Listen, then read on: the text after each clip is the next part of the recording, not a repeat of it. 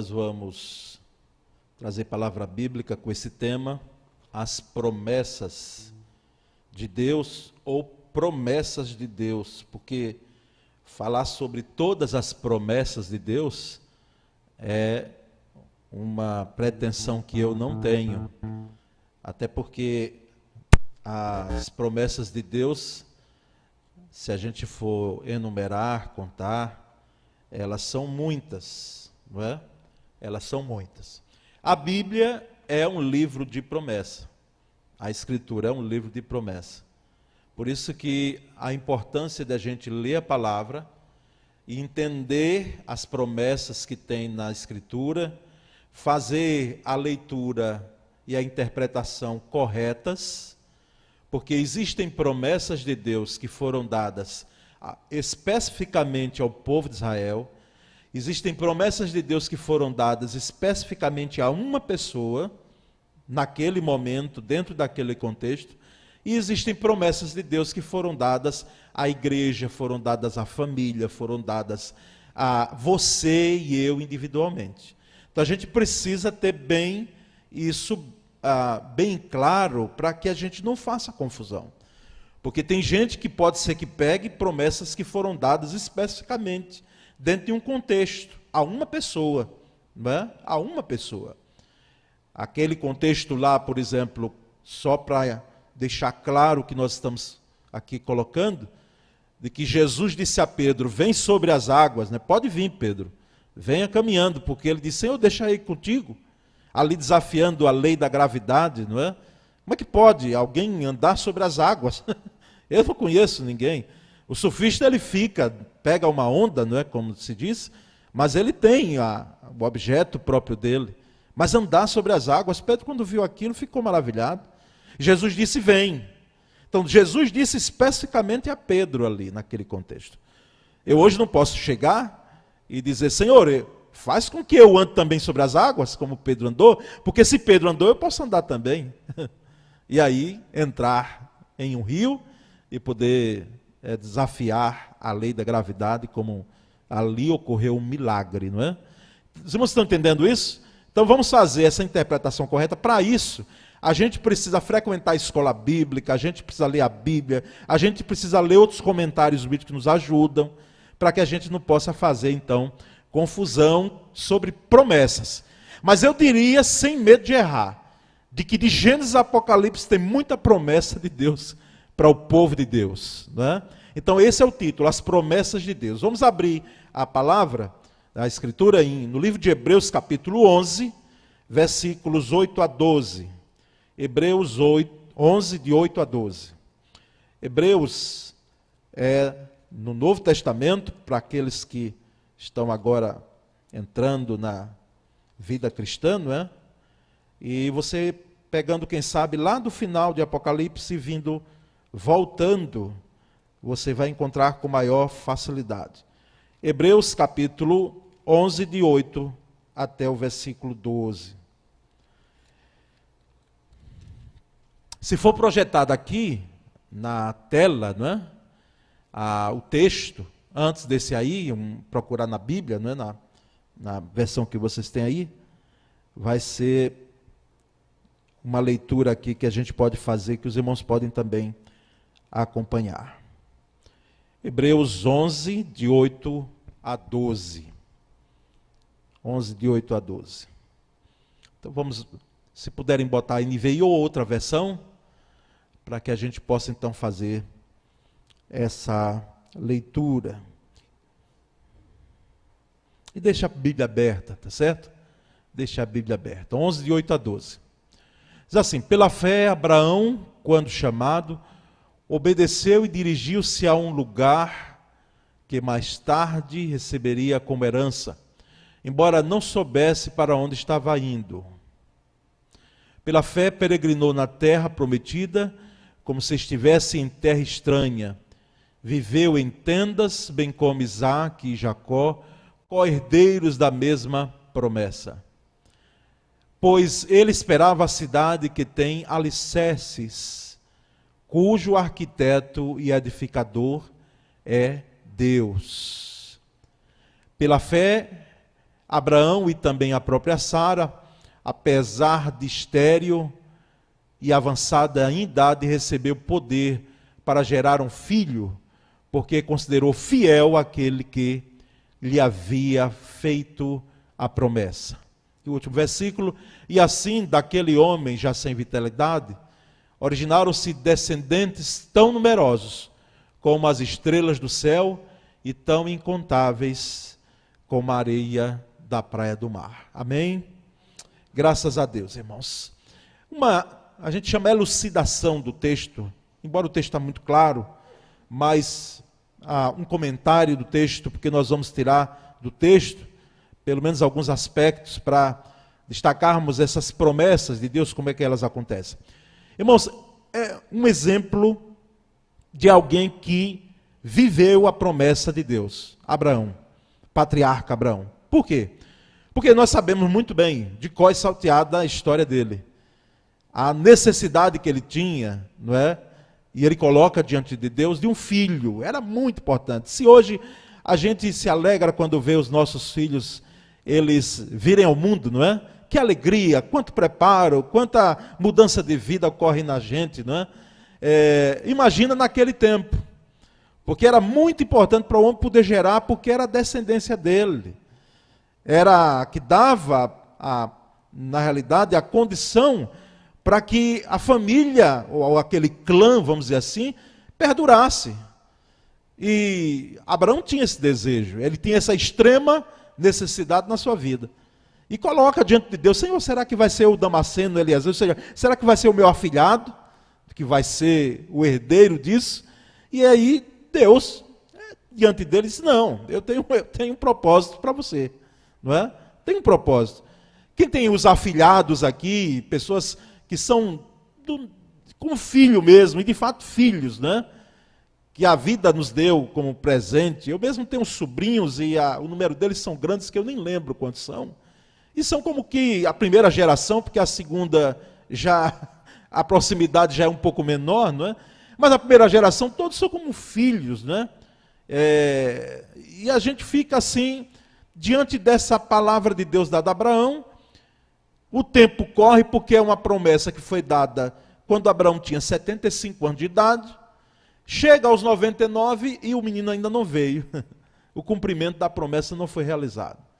Sara, na impetuosidade dela, na pressa, né, deu uma palavra a Abraão que Abraão não deveria ter cumprido. Em bom senso, ou quando a palavra é boa, os homens devem ouvir as mulheres e até dizer: não, vamos por aí mesmo. Não é?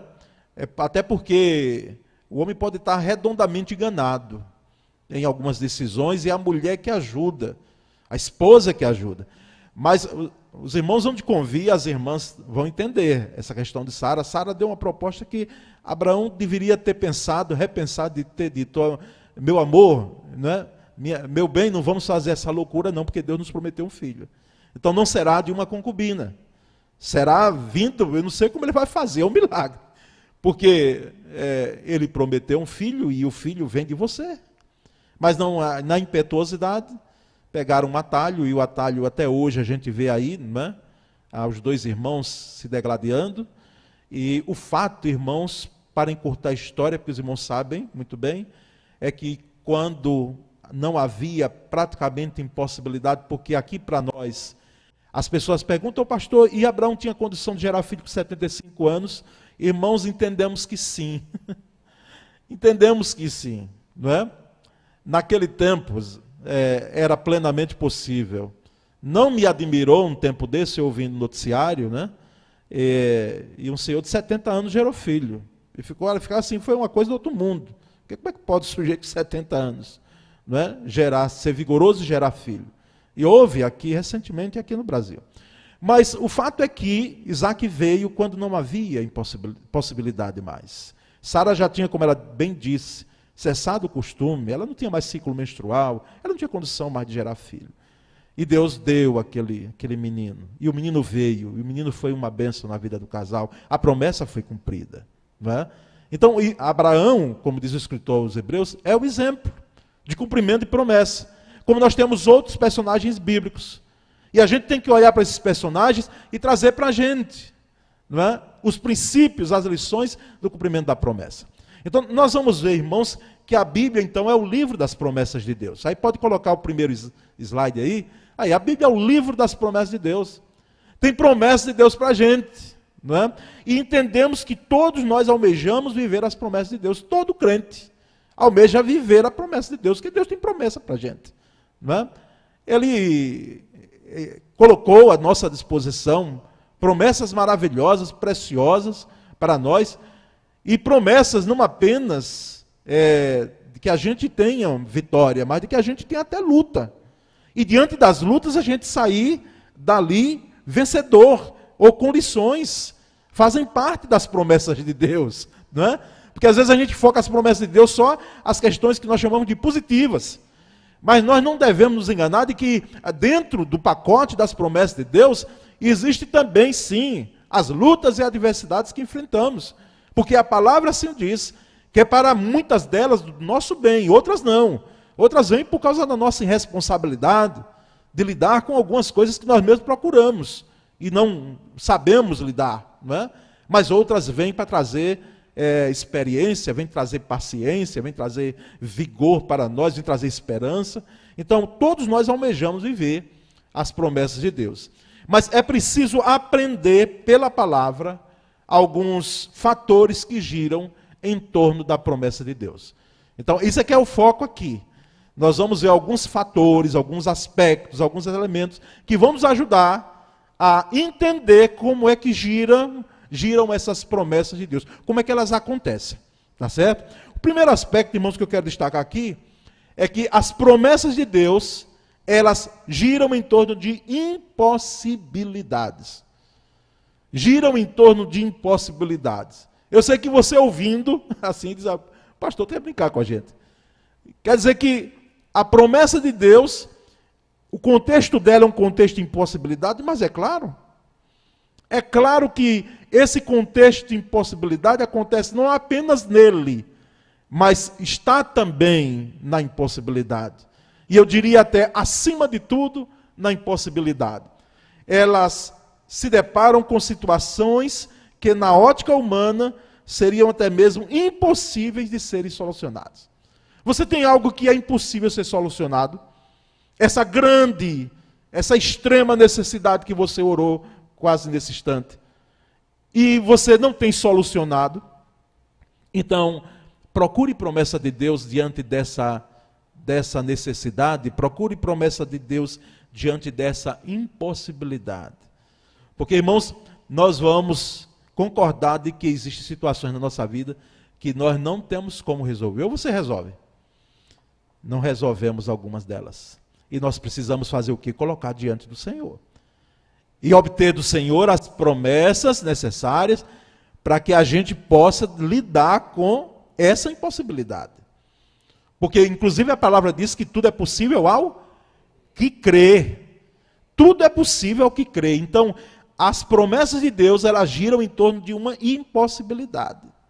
Se você tem uma impossibilidade hoje, você já foi para um lado, foi para outro, fez com aquela mulher que tinha um fluxo de sangue, a hemorragia que não cessava nunca, que nós pregamos um domingo desse atrás, e ela gastou tudo que ela tinha com o médico, e ela tinha uma impossibilidade na vida dela, até ela encontrar Jesus, que solucionou, né, a situação dela. E nenhuma das impossibilidades pode impedir as promessas de Deus de se tornarem realidade. Nenhuma, irmãos.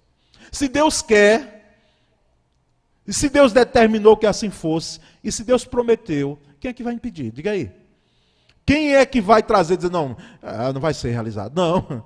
Se Ele prometeu, vai fazer. A questão é se Ele prometeu. Porque se Ele não prometeu, não vai se concretizar. Não vai.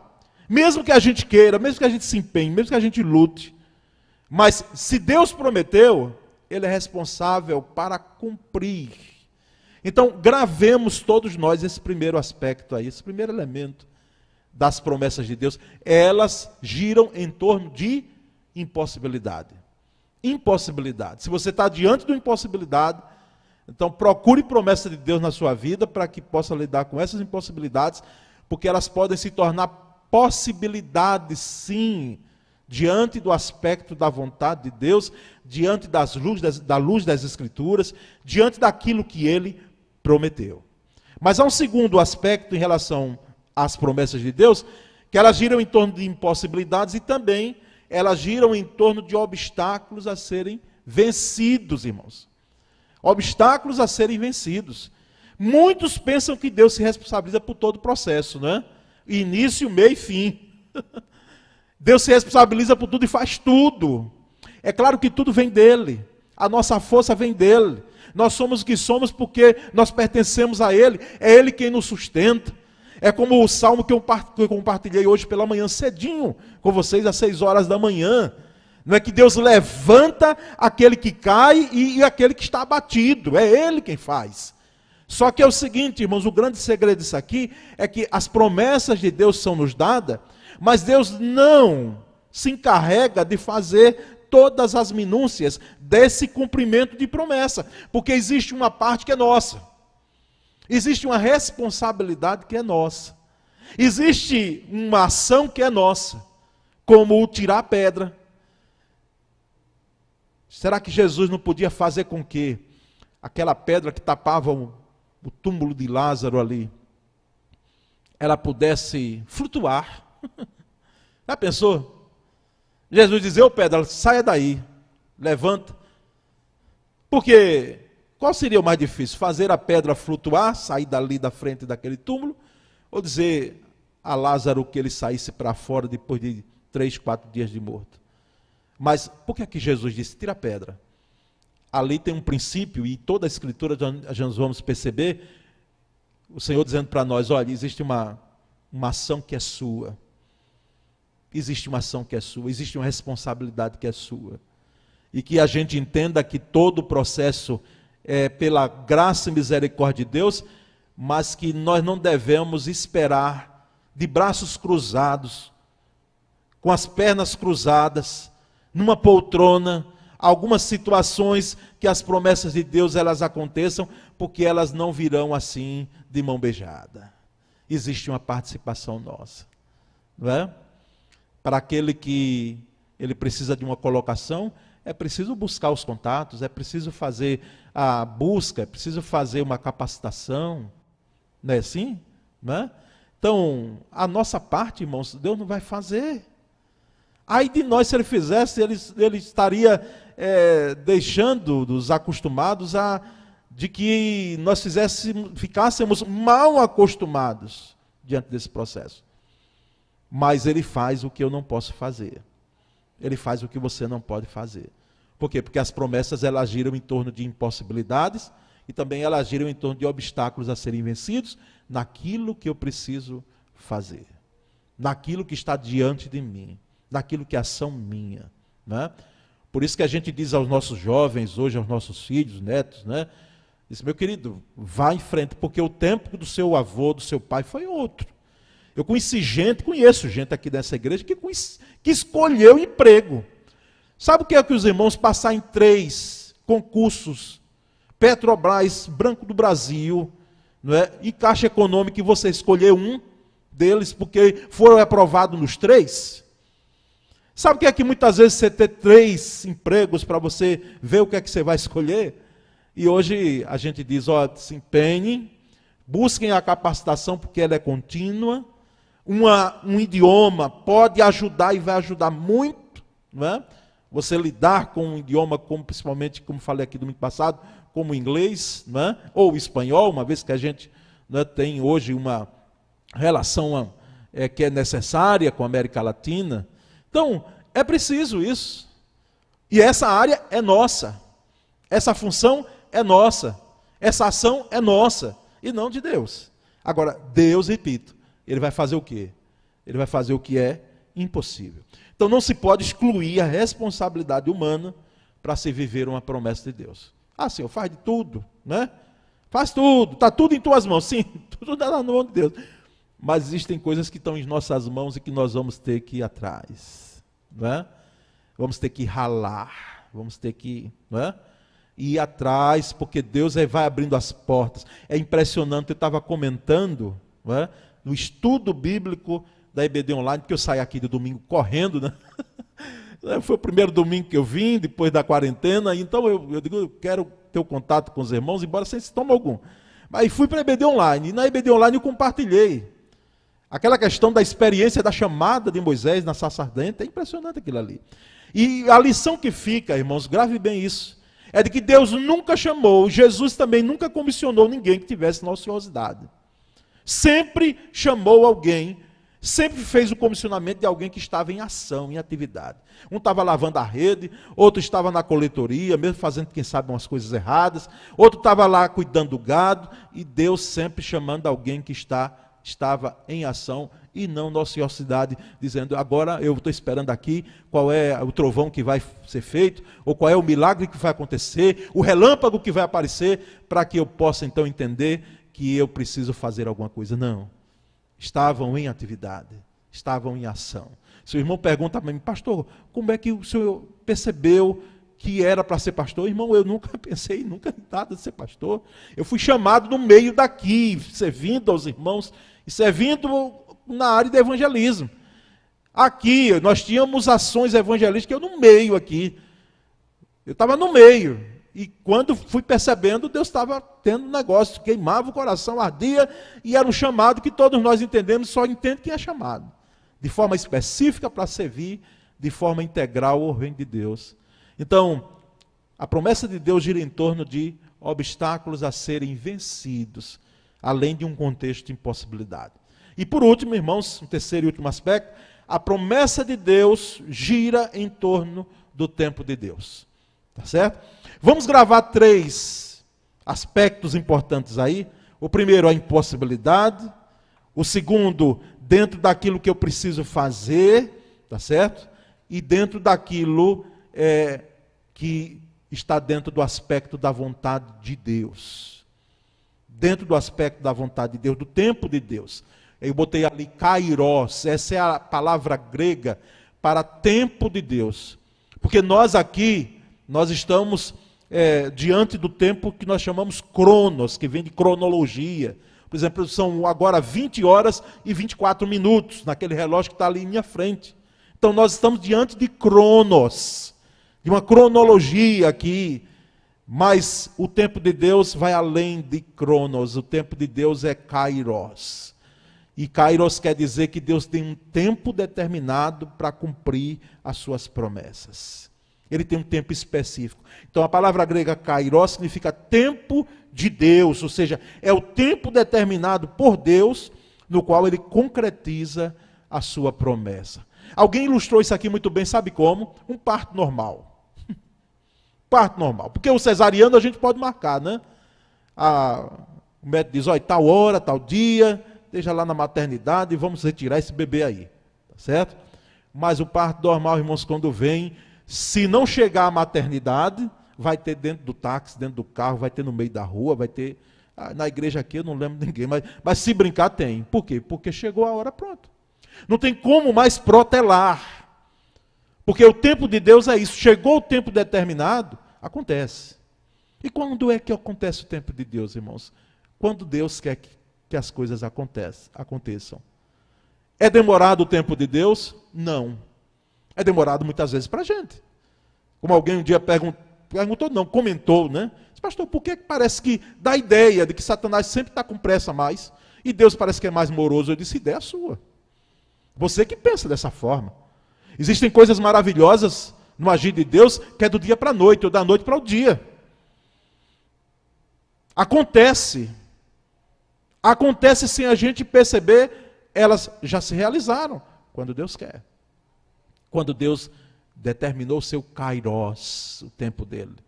Mas, irmãos, o aspecto aqui do tempo de Deus deve gerar em nós o quê? Uma paciência, uma espera consciente, e não uma pressa, e não uma agonia, não é? De que as coisas aconteçam. E a gente quer que aconteça mesmo. Mas só que se eu tenho promessa de Deus, e é promessa de Deus, de fato, elas se cumprirão no tempo de Deus. Olha, eu tenho aqui diante de mim, irmãos e irmãs, que oram para que filhos, quem sabe netos, não é? Parentes nossos, que estão alguns afastados do caminho do Senhor, outros não conhecem a Cristo, outros não têm uma vida hoje, né, voltada para as questões dos valores do reino de Deus. Nós sabemos disso. E a gente ora, e é como se não tivesse solução. Não é? É como se a gente tivesse resultado. E eu lembro, né, de homens de Deus que puderam orar por motivos, por pessoas. Eu lembro de mães que nem viram, partiram sem ver os seus filhos poderem retornar para o Evangelho, ou tomarem o caminho do Evangelho. Mas aquela mãe, aquele pai orou tanto, e a promessa de Deus estava ali. Por isso que quando os nossos filhos são pequenos, eu aprendi, e depois comentando, né, com gente aqui da igreja já, nós precisamos orar com eles e por eles, né? Impor as nossas mãos quando são pequenos e ministrar bênção na vida deles, porque isso faz muita diferença, irmãos. E o que eu quero focar aqui é que às vezes a gente pode até não ver, embora eu quero aqui desejar de que o irmão, a irmã veja muitas promessas cumpridas na sua vida, mas você pode até não ver, mas elas se cumprirão, porque você tem promessa de Deus na sua vida. Você tem promessa que foi dada pelo Senhor, e no tempo certo de Deus, no tempo kairós de Deus, elas irão acontecer. Que Deus continue dando graça a cada um de nós aqui, em podermos entender como se processam as promessas de Deus. Tá certo? Dentro de uma impossibilidade, trazendo para nós sempre o aspecto de que eu tenho que entender que existe algo que Deus faz e algo que eu devo fazer, e também o tempo de Deus, o tempo kairós do Senhor. Eu quero orar com os irmãos nesse momento mais uma vez. Não é? O que é que depende de kairós na sua vida? Do tempo de Deus e algo se cumprir, e algo acontecer. Algo que, eu não sei se tem 25 anos como Abraão, à espera de um filho, porque foi uma espera considerável. 25 anos é muito tempo, irmãos, não é? Mas veio, e veio no tempo certo, não veio de forma demorada. Veio no momento ideal, no momento adequado. Então, vamos pedir ao Senhor, né, fé e persistência, para a gente poder esperar nas promessas dEle, crer nas promessas dEle, não abrirmos mão de que Ele tem promessas maravilhosas para nós, e que elas serão cumpridas o quê? A seu tempo. Né? No tempo dEle, elas ocorrerão, elas se concretizarão em nossas vidas. Me acompanhe, não é? nessa oração agora, em nosso favor diante do Senhor, para que haja então essa postura nossa. Senhor, mais uma vez, eu levanto a minha voz, Pai, para agradecer a Tua palavra explanada nessa noite, essa palavra que é maravilhosa, que é alimento para nós. Nós, ó Deus, agora colocamos diante do Senhor as nossas vidas, mais uma vez, e te pedimos, ó Deus, a Tua bênção, Tua graça sobre nós, diante, Senhor, de contextos de impossibilidades. Senhor, ajuda-nos a crer que o Senhor é o Deus que trabalha com o impossível, é o Deus do impossível, como nós cantamos. Ó Deus, dá-nos a sabedoria em poder lidar com ações que são nossas. E dá-nos, ó Deus, a paciência necessária, que possamos nutrir, sem receio algum, o descanso verdadeiro que provém de uma vida que entende o que é kairós, o que é o tempo do Senhor, o tempo maravilhoso e ideal. Ó Deus, nós rendemos a Ti toda a honra e toda a glória, e nós oramos e agradecemos em o nome de Cristo Jesus, o nosso Senhor. Amém. Graças a Deus. Glória a Deus.